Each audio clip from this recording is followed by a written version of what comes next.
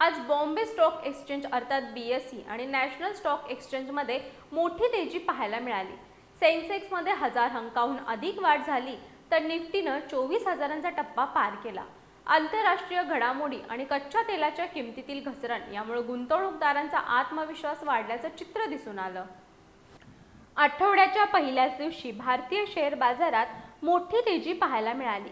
BSEचा Sensex सुमारे 1000 अंकांनी वधारत 76,000च्या पुढे पोहोचला, तर NSEचा निफ्टी 24,000च्या वर गेला।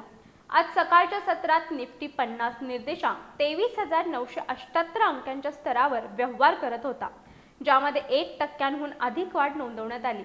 बाजारातील या तेजीमागे अमेरिका आणि इराण यांच्यातील संभाव्य शांतता कराराची आशा हे प्रमुख कारण मानले जाते।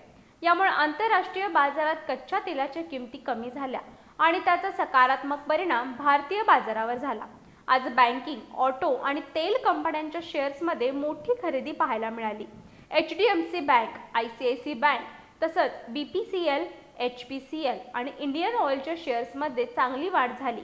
दरम्यान बाजारातील तेजीमुळे गुंतवणूकदारांमध्ये उत्साहाचे वातावरण असून आगामी काही दिवसात जागतिक घडामोडींवर बाजाराची दिशा अवलंबून राहणार असल्याचं तज्ज्ञांचं मत आहे।